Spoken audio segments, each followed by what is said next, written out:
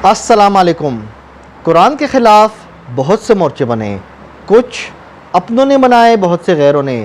آج کا مورچہ، کیا حضرت معاویہ رضی اللہ عنہ نے سونے کے بت بیچے؟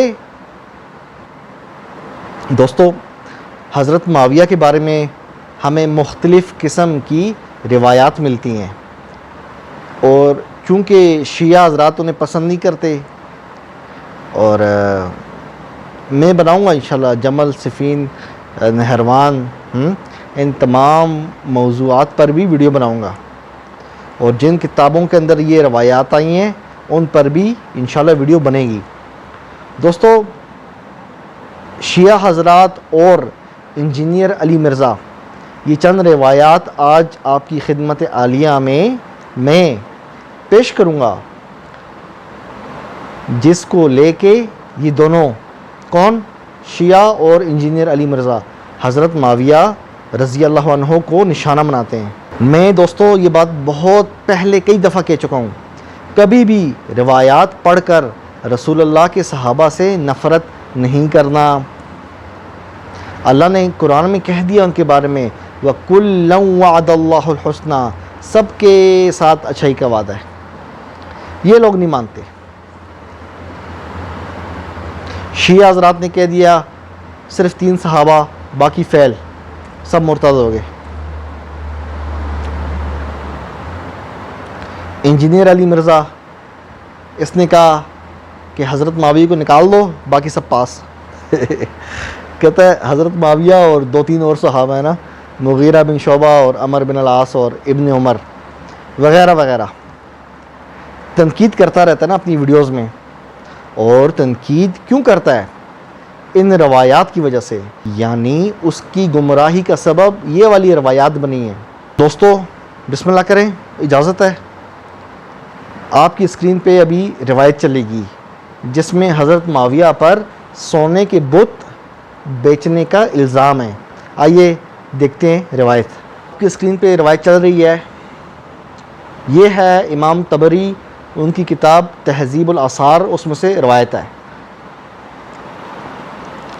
ابی وائل ایک راوی ہے، کیا نام ہے؟ ابی وائل۔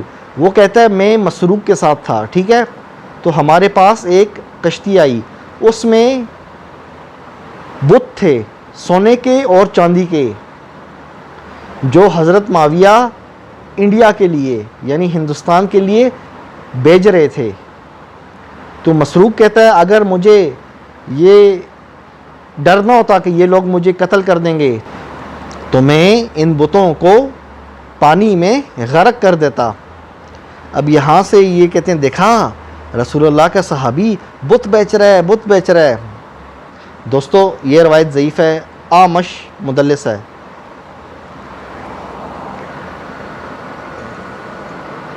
مدلس راوی کسے کہتے ہیں میں پہلے بھی بتا چکا ہوں، ایک دفعہ پھر بتاتا ہوں۔ مدلس راوی کسے کہتے ہیں میں ایک دفعہ پھر بتاتا ہوں۔ ABC، اگر C یہ کہے کہ مسٹر A نے یہ بات کہی ہے، تو میں مسٹر C سے پوچھوں گا حضور کیا آپ نے یہ بات مسٹر A سے سنی ہے؟ تو میں کہوں گا حضور کیا آپ نے یہ بات مسٹر A سے سنی ہے؟ تو C کہے گا نہیں، میں نے مسٹر B سے سنا، مسٹر B نے مسٹر A سے سنا۔ اب ہم نے کیا دیکھا؟ مسٹر C نے اوپر واسطے میں سے B کو ہٹا دیا۔ آمش یہ کام کرتا تھا اور دبا کے کرتا تھا، یہ تو استاد تھا نا تدلیس کرنے کا، امام المدلسین تھا یہ، بلکہ یہ تدلیس تسویہ بھی کرتا تھا، یعنی سند میں سے ایک راوی کو غائب کر دیتا اور اپنے استاد کا اس سے اگلے استاد سے ملاقات ثابت کروا دیتا، یعنی یہ تاثر دیتا کہ میرے ٹیچر نے اس بندے سے سنا ہے، حالانکہ نہیں سنا ہوتا۔ اور پھر یہ آمش ہوا ہے جب مرنے لگا تو سند صحیح اہل حدیث کے مطابق اس نے توبہ کی، استغفر اللہ و اتوب الیہ من احادیث ودعناها فی عثمان، یا اللہ مجھے معاف کر، میں نے حضرت عثمان کے بارے میں روایتیں گڑھی، اور موصوف مدلس بھی ہیں روایت میں، تو یہ روایت تو گئی۔ دوستو، اگلی روایت آپ کی اسکرین پہ چل رہی ہے۔ اس روایت کو لے کے شیعہ اور انجینئر علی مرزا یہ حضرت معاویہ کو نشانہ بناتے ہیں کہ دیکھو یہ رسول اللہ کا صحابی، اس کے گھر میں یہ چیزیں موجود تھیں جس سے رسول اللہ نے منع کیا ان کی روایات کے مطابق۔ دوستو آپ کی اسکرین پر روایت چل رہی ہے 4131، یہ ہے سنن ابو داؤد۔ مقدام صحابی یہ کہتے ہیں کہ ایک شخص معاویہ کے پاس آیا تو معاویہ رضی اللہ عنہ نے مقدام سے کہا کیا آپ کو خبر ہے کہ حسن بن علی کا انتقال ہو گیا؟ تو مقدام نے یہ سن کر کہا انا للہ و انا الیہ راجعون۔ تو ان میں سے ایک شخص نے کہا کیا آپ اسے کوئی مصیبت سمجھتے ہیں؟ تو انہوں نے کہا میں اسے مصیبت کیوں نہ سمجھوں کہ رسول اللہ نے انہیں اپنی گود میں بٹھایا اور فرمایا یہ میرے مشابہ ہے اور حسین علی کے۔ یہ سن کر اسدی نے کہا ایک انگارہ تھا جسے اللہ نے بجھا دیا۔ حضرت معاویہ کے پاس مکالمہ ہو رہا ہے، سمجھ رہے ہو؟ حضرت معاویہ کھڑے ہیں، ان کے ساتھ ایک اور صحابی کھڑا ہے اور ایک اور بندہ ہے، آپس میں ڈائلاگ چل رہا ہے، ٹھیک ہو گیا؟ آگے سنو۔ مقدام صحابی نے کہا آج میں آپ کو ناپسندیدہ بات سنائے بغیر اور ناراض کیے بغیر نہیں رہ سکتا۔ پھر انہوں نے کہا معاویہ اگر میں سچ کہوں تو میری تصدیق کرنا اور اگر میں جھوٹ کہوں تو جھٹلا دینا۔ معاویہ بولے میں ایسا ہی کروں گا۔ مقدام نے کہا میں اللہ کا واسطہ دے کر آپ سے پوچھتا ہوں کیا آپ کو معلوم ہے کہ رسول اللہ نے سونا پہننے سے منع فرمایا؟ معاویہ نے کہا ہاں۔ پھر میں اللہ کا واسطہ دے کر آپ سے پوچھتا ہوں کیا رسول اللہ نے ریشمی کپڑا پہننے سے منع نہیں فرمایا؟ معاویہ نے کہا ہاں۔ پھر کہا میں اللہ کا واسطہ دے کر آپ سے پوچھتا ہوں کیا آپ کو معلوم ہے کہ رسول اللہ نے درندوں کی کھال پہننے اور اس پر سوار ہونے سے منع فرمایا؟ تو معاویہ نے کہا ہاں۔ سونا، ریشم اور درندوں کی کھال، اب یہ حضرت معاویہ کے گھر میں تھی روایت کے مطابق، تو ایک صحابی ان پہ تنقید کر رہا ہے کہ یہ چیزیں تو حرام ہیں ان کی روایات کے مطابق، تو آپ کے گھر میں کیوں؟ سوال۔ صحابی یعنی مقدام نے حضرت معاویہ کو کہا قسم اللہ کی میں یہ ساری چیزیں آپ کے گھر میں دیکھ رہا ہوں، یعنی مجھے نظر آ رہی ہیں۔ تو معاویہ نے کہا مقدام مجھے معلوم تھا کہ میں تمہاری نکتہ چینی سے بچ نہ سکوں گا۔ خالد کہتے ہیں پھر معاویہ نے مقدام کو اتنا مال دینے کا حکم دیا جتنا ان کے اور دونوں ساتھیوں کو نہیں دیا تھا اور ان کے بیٹے کا حصہ 200 والوں میں مقرر کیا۔ مقدام نے وہ سارا مال اپنے ساتھیوں میں بانٹ دیا، اسدی نے اپنے مال میں سے کسی کو کچھ نہ دیا۔ یہ خبر معاویہ کو پہنچی تو انہوں نے فرمایا مقدام سخی آدمی ہیں اور جو اپنا ہاتھ کھلا رکھتا ہے، اور اسدی اپنی چیزیں اچھی طرح روکنے والے آدمی ہیں۔ دوستو روایت آپ نے پڑھی، اس روایت کو لے کے لوگ یعنی شیعہ اور انجینئر علی مرزا یہ حضرت معاویہ کو نشانہ بناتے ہیں کہ دیکھا یہ بھی منع تھا ان کے گھر میں، یہ چیز منع تھی ان کے گھر میں، یہ چیز منع تھی ان کے گھر میں، سمجھ رہے ہو؟ اس روایت میں کئی علل ہیں، عام اردو میں سمجھاؤں اس روایت میں کئی مسئلے ہیں۔ پہلا مسئلہ یہ روایت غریب ہے۔ غریب روایت اس روایت کو کہتے ہیں جسے کسی بھی طبقے میں ایک بندہ روایت کر رہا ہو، یعنی صحابہ کا طبقہ، تابعین کا طبقہ، تبع تابعین کا طبقہ۔ صحابہ کے طبقے میں ایک صحابی مقدام، تابعین کے طبقے میں خالد بن معدان اور پھر بقیہ بن ولید۔ پہلا مسئلہ روایت غریب ہے، اور غریب روایت کو ان کے محدثین نہیں مانتے، چاہے ابراہیم نخعی ہوں یا امام عبدالرزاق ہوں، جو کہ احمد بن حنبل کا ٹیچر ہے امام عبدالرزاق، وہ کہتا ہے کہ غریب روایت شر ہے، شر۔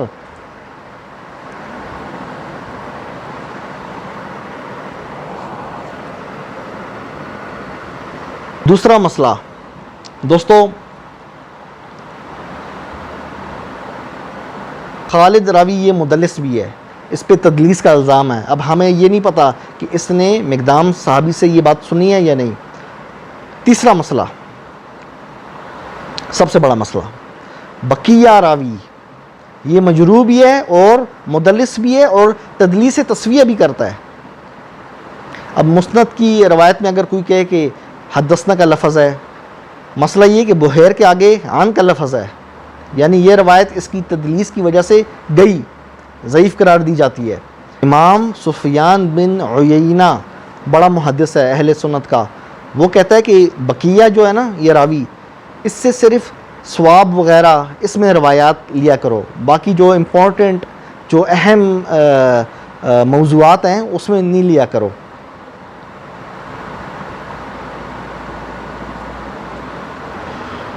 ابو مسہر یہ بھی ایک محدث ہے، وہ کہتا ہے احادیث بقیہ لیست نقیہ، اس کی جو روایات ہیں صاف ستھری نہیں ہیں، فقم منہا علی تقیہ، تو اس سے بچ کے رہو۔ وہ کہتا ہے یعنی شعر و شاعری کی زبان میں کہہ رہا نا، اس راوی یعنی بقیہ جو راوی، اس سے بچو۔ اب ایسا راوی اللہ کے بندو کسی روایت میں جس پہ علماء کی جرح ہے، ایسا راوی اگر کسی سند میں اکیلا ہے، کسی روایت میں اکیلا ہے، تو اس میں تو احتیاط کرنی چاہیے نا، لیکن یہ لوگ نہیں کرتے۔ کیوں؟ ان کے مطلب کی روایت ہے، سمجھ رہے ہو؟ ایک مسئلہ اور دوستو، بقیہ مدلس تھا، ٹھیک ہے، یہ تدلیس تسویہ بھی کرتا تھا، جس طرح میں آپ کو پہلے بتا چکا ہوں۔ تدلیس تسویہ سے مراد کسی چیز کو برابر کرنا ہے، لیول میں لانا ہے، تاکہ دیکھنے میں اچھی لگے، ہوشیاری دکھانا۔ اس سے مراد کیا ہے؟ راوی صرف اپنے استاد کو روایت میں سے نہ گرائے، بلکہ وہ سند میں سے کسی بھی راوی کو کسی بھی موقع پہ غائب کر دے۔ کوئی بھی راوی ہو نا، اس میں خاموشی سے اس کا نام مٹا دو۔ DCBA، اب ڈی پتہ کیا کرے گا؟ ڈی سی کو غائب کر دے گا، بولے گا نہیں چونکہ ضعیف ہے اس کو میں غائب کر دیتا ہوں۔ ڈی سیدھا بولے گا میں نے بی سے سنا، بی نے اے سے سنا، یہ کام یہ کرتا تھا بقیہ۔ سند میں سے کسی بھی راوی کو کسی بھی موقع پر گرا دینا، اور تدلیس تسویہ کرنے والا جب تک پوری سند میں سماع کی صراحت پیش نہ کرے، یعنی حدثنا اس نے اس سے سنا، اس نے اس سے سنا، تب تک روایت قابل قبول نہیں ہوگی۔ بلکہ میں ابو جعفر تنولی یہ کہتا ہوں، اگر وہ سماع کی تصریح کر بھی دے تب بھی اس کی عدالت گر چکی۔ کیوں؟ تدلیس تسویہ کرنا جھوٹ بولنا ہے۔ اور یہ بات خطیب بغدادی کر رہا ہے کہ سفیان ثوری، اعمش اور بقیہ یہ لوگ تدلیس تسویہ کرتے تھے، اور جو تدلیس تسویہ کرے یعنی سند میں سے راوی کو چھپا دے، اس کی عدالت گئی، بقیہ کی روایات اور اس کی عدالت گئی۔ خود ان کے علماء کہہ رہے ہیں، میں نہیں کہہ رہا، اپنی کتابیں پڑھا کرو۔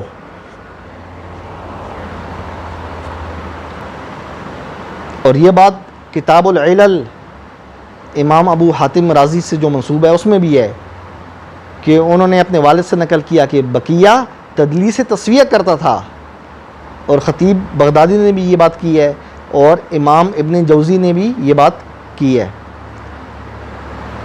یہ حال ہے دوستو اس روایت کا۔ روایت غریب، مدلس راوی، اور پھر نہ صرف اس کے بعد مدلس راوی، تدلیس تسویہ کرنے والا، یعنی چوری اور سینہ زوری، ہیرا پھیری کر کے آگے سے نام مٹاتا ہے۔ یہ آپ کے محدثین، آپ کے علماء گواہی دے رہے ہیں کہ آپ کا راوی یہ حرکت کرتا تھا، ایسے راوی کی عدالت گئی۔ انجینئر مرزا، علم جرح و تعدیل آپ کا استاد ابو جعفر تنولی آپ کو سکھائے گا۔ ٹھیک ہے، اگلی روایت سنو دوستو۔ ایک بڑی مشہور روایت ہے، اور شیعہ اس کو بہت زیادہ اپنی ویڈیوز میں لاتے ہیں نا۔ اچھا آپ کو پتہ ہے عوام میں چونکہ پڑھنے لکھنے کا رواج تو ہے ہی نہیں، اگر کوئی شخص آپ کو کہہ دے کہ فلانی کتاب میں یہ لکھا ہوا ہے، میں جس طرح تصویر دکھاتا ہوں نا، میں تصویر دکھاتا ہوں، بعض لوگ تصویر نہیں دکھاتے، وہ کہتے ہیں وہ جی فلانی کتاب میں لکھا ہوا ہے۔ اب اس کو پتہ ہے کہ کس نے جا کے کتاب کھولنی ہے، کس نے جا کے پیج کھول کے پڑھنا ہے، سمجھ رہے ہو؟ جو بھی آپ کو دعویٰ کرے اس کو بولو بیٹا سب سے پہلے مجھے تصویر دکھاؤ کتاب کی، مجھے سب سے پہلے تصویر دکھاؤ کتاب کی، پھر اگلی بات ہوگی۔ معاویہ کو میرے منبر پر دیکھو تو اس کو قتل کر دو. یہ رسول اللہ سے منسوب ایک جھوٹ ہے. ٹھیک ہے, آئیں اس کی سند دیکھتے ہیں. دوستو یہ جو پہلی سند ہے آپ کی اسکرین پہ, اس میں مجالد بن سعید اس پہ جمہور کی جرح ہے. اسی طرح جو دوسری سند ہے اس میں علی بن زید بن جدعان, یہ بھی جمہور کے نزدیک ضعیف ہے. تیسری سند عباد بن یعقوب, یہ پکا کٹر شیعہ تھا اور اس پہ بھی اچھی خاصی جرح ہے. اچھا ایک بات بتانا بھول گیا, وہ جو پہلی روایت میں نے آپ کو بیان کی تھی نا کہ حضرت معاویہ پہ الزام ہے سونے کے بت بیچے, اس روایت کو احمد بن حنبل نے بھی نہیں مانا. کتاب العلل خلال کی, جب احمد بن حنبل سے اس روایت کے بارے میں پوچھا گیا نا تو انہوں نے کہا ما اغلط اہل الکوفہ علی اصحاب رسول اللہ ولم یصحح الحدیث, یعنی آپ نے کہا کہ رسول اللہ کے اصحاب پر کیا کیا جھوٹ بولتے ہیں اہل کوفہ, اور آپ نے اس روایت کو صحیح نہیں کہا. اور یہ جو راوی ہے نا عباد بن یعقوب, ابن حبان کہتی ہیں یہ صحابہ کو گالیاں دیتا تھا اور ایک نمبر کا جھوٹا تھا. وہ حسن بصری کی مراسیل میں سے ہیں اور اس کے مراسیل پہ علماء کی جرح ہے. اسی طرح ایک اور روایت ہے, احمد بن حنبل سے جب پوچھا گیا نا اذا رأیتم یعنی معاویہ کو میرے منبر پر دیکھو تو قتل کر دو, تو احمد بن حنبل نے فرمایا, ایک راوی کا نام لے کے کہا کہ کذبا عامر, کہ اس راوی نے جھوٹ بولا. دوستو ایک اور سند ہے آپ کی اسکرین پہ, یہ سب کی سب ضعیف روایتیں ہیں. اس کے جو راوی ہیں ان کے نام میں آپ کو دکھا رہا ہوں اور ان پہ جو جرح ہے وہ بھی میں آپ کو دکھا رہا ہوں. اسی طرح بخاری کا راوی ہے خالد بن مخلد, احمد بن حنبل کہتے ہیں لہو مناکیر, ابن سعد کہتے ہیں منکر الحدیث, ابو حاتم کہتے ہیں لا یحتج بہ, یعنی اس سے حجت نہیں پکڑی جائے گی, یعنی کوئی روایت بھی درجہ صحیح کو نہیں پہنچتی. دوستو انجینئر علی مرزا یا اور اس طرح کے لوگ, یہ بڑی تعداد میں لوگوں کو گمراہ کرنے کے لیے گمراہ کرنے میں کامیاب کیوں ہوئے؟ کیونکہ آگے سے کوئی کیا کہنا چاہیے, کوئی جواب دینے والا نہیں تھا. جس طرح میں ہوں, میں نے علم جرح و تعدیل پڑھا ہوا ہے, ان کو کوئی ٹکر دینے والا نہیں تھا. اب الحمدللہ کتاب اللہ کو تھامنے والے آ گئے ہیں. انجینئر مرزا کہتا ہے بخاری میں روایت ہے, مسلم میں روایت ہے, اس میں روایت ہے, صحاح ستہ میں روایت ہے. یہ لوگ دین لیتے ہیں صحاح ستہ سے, بخاری, مسلم, ترمذی, نسائی, ابن ماجہ, ابو داؤد. ہم لیتے قرآن سے. تاریخ صرف تاریخ ہے, صحابہ کے نام, ان کے مدفن, ان کی عمریں کتنی تھیں, کس کے کتنے بچے تھے, یہ ہمیں تاریخ بتاتی ہے. دین کیا ہے وہ قرآن بتاتا ہے. سمجھ رہے ہو؟ قائد اعظم ان کا نام محمد علی جناح تھا, یہ ہمیں تاریخ بتائے گی. دین کیا ہے, اسلام کیا ہے, قرآن بتائے گا. ان لوگوں نے ان جگہوں میں پڑھ کے نا کہ دیکھو وہ صحابہ, فلانے صحابہ کے بارے میں روایت ہے, وہ دیکھو فلانے صحابی کے بارے میں روایت ہے. اچھا مزے کی بات بتاؤں, پھر میں دوستو ویڈیو ختم کرتا ہوں. خود یہ انجینئر علی مرزا اس کتاب کا عاشق ہے. کون سی کتاب پتہ ہے اس کا؟ اس کتاب کا عاشق ہے کون؟ انجینئر علی مرزا. یہ کس کی ہے؟ امام بخاری کی. اس امام بخاری کا ٹیچر کون؟ یحییٰ بن معین. اور اس طرح اور کئی ٹیچر ہیں امام بخاری کے. وہ کہتے ہیں کہ جو کسی صحابی پہ تنقید کرے, جس طرح انجینئر مرزا کرتا ہے نا, امام بخاری کے ٹیچر کہتے ہیں جو کسی صحابی پر تنقید کرے اس پہ اللہ کی, فرشتوں کی اور لوگوں کی لعنت ہو. انجینئر مرزا گیا اپنے محدثین کے اصول میں پھنس گیا. آپ کا محدث امام بخاری کا ٹیچر وہ کہہ رہا ہے جو کسی بھی صحابی پہ تنقید کرے وہ کیا ہے؟ وہ لعنتی ہے. اور انجینئر مرزا ہم جانتے ہیں اعلانیہ کئی دفعہ صحابہ پہ زبان کھول چکا ہے. تو انجینئر مرزا محدثین کے مطابق کیا ہوا؟ آواز نہیں آئی؟ ابھی بھی نہیں آئی. انجینئر مرزا کیا ہوا بتاؤ نا. اللہ کے بندو، یہ آپ کی کتابیں ہیں، یہ آپ کی کتابیں ہیں، یہ آپ کے محدثین ہیں، میرے نہیں ہیں. آپ کے محدثین کہتے ہیں انجینئر مرزا وہ بھی گیا. جمل، صفین، نہروان، اس پہ بھی ویڈیو ہوگی، لیکن ابھی ایک اشارتاً ایک ہلکا سا نا ایک اشارہ دے دیتا ہوں.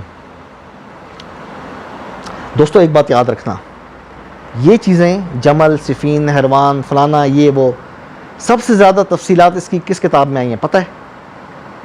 کس کتاب میں؟ مصنف کیا؟ ابن ابی شیبہ. ٹھیک ہو گیا. یہ بندہ تھا تو سچا ابو بکر بن ابی شیبہ، بلکہ ایک جگہ پہ احمد بن حنبل نے اس پہ جرح کی ہے، تنقید کی ہے. جب احمد بن حنبل کے سامنے ایک روایت پیش کی گئی تو احمد بن حنبل نے پتہ کیا فرمایا؟ یہ کہا کہ چھوڑو ابو بکر بن ابی شیبہ کو، چھوڑو، یہ روایت مجھے کسی اور بندے سے بیان کرو. کیوں ایسا کیوں کہا؟ کیونکہ ابو بکر بن ابی شیبہ غلطیاں کرتا تھا، ان کے مطابق بہت زیادہ غلطیاں کرتا تھا. اور پھر یہ حضرت ابو بکر بن ابی شیبہ، اس مصنف ابن ابی شیبہ کا لکھاری، یہ نشہ آور نبیذ پیتا تھا. تاریخ بغداد اور تاریخ دمشق میں سند صحیح ہے اہل حدیث کے مطابق. ایک بندہ کہتا ہے کہ میں ابو بکر بن ابی شیبہ، ہم دونوں، سمجھ رہے ہو میری بات؟ ایک بندہ کہتا ہے، وہ بھی سچا ہے محدثین کے نزدیک، وہ کہتا ہے میں اور ابو بکر بن ابی شیبہ ہم دونوں چلے گئے ایک بندے کے گھر. وہ بندہ بھی صحیح بخاری کا راوی حفص بن غیاث کہتا ہے اس بندے نے نشہ آور نبیذ پی، پھر اس نے پی ابو بکر بن ابی شیبہ نے، اس نے پی تو کہتا ہے اب میری باری تھی، میں پریشان یار، اب میں پھنس گیا ہوں، کیا کروں ہیں. تو اس نے ابو بکر بن ابی شیبہ سے پوچھا کیا اس میں نشہ ہے؟ تو اس نے کہا ای واللہ، قسم کھا کے کہا ہے. یہ حال ہے. کیا ان کے محدثین، کیا ان کے راوی. میں پورا پوسٹ مارٹم کروں گا اس بات کا، آپ کی خدمت عالیہ میں لاؤں گا. جنگ کا ہونا اور جنگ میں کسی کا شریک ہونا یہ دو علیحدہ باتیں، یہ بات یاد رکھنا میری. پہلی کتاب ان جنگوں کا ذکر ہے وہ موطا ہے، اس سے پہلے کسی کتاب میں ذکر نہیں ہے. اور موطا یعنی کہتے ہیں کہ حضرت علی کی یعنی 40 ہجری حضرت علی کی کہتے ہیں شہادت ہے. ٹھیک ہے، تاریخ والے کہتے ہیں. موطا بھی لگ بھگ 140 150 150 کے آگے پیچھے لکھی گئی، یعنی ان جنگوں کے 100 سال بعد. یہ اشارہ دے رہا ہوں، عقل مند کے لیے اشارہ کافی ہے. جنگوں کے 100 سال بعد سب سے پہلے جس کتاب میں تذکرہ آیا وہ ان جنگوں کے 100 سال بعد لکھی گئی. اندازہ کرو 2025 ہے، آج سے 100 سال پہلے یعنی 1925 میں اگر کوئی جنگ ہو، یہ تو ابھی آیا نا، WhatsApp, YouTube, Twitter, Facebook, یہ تو ابھی آیا نا. اس زمانے کے لوگ، ان سے ہوتے ہوئے ہمیں خبر جب پہنچے گی تو کیا سے کیا بن جائے گی، اس سے اندازہ کر لو. اس پہ میں علیحدہ ویڈیو بناؤں گا، وہ علیحدہ ایک سیریز شروع کروں گا، وہ 4-5 ویڈیوز کی ہوں گی.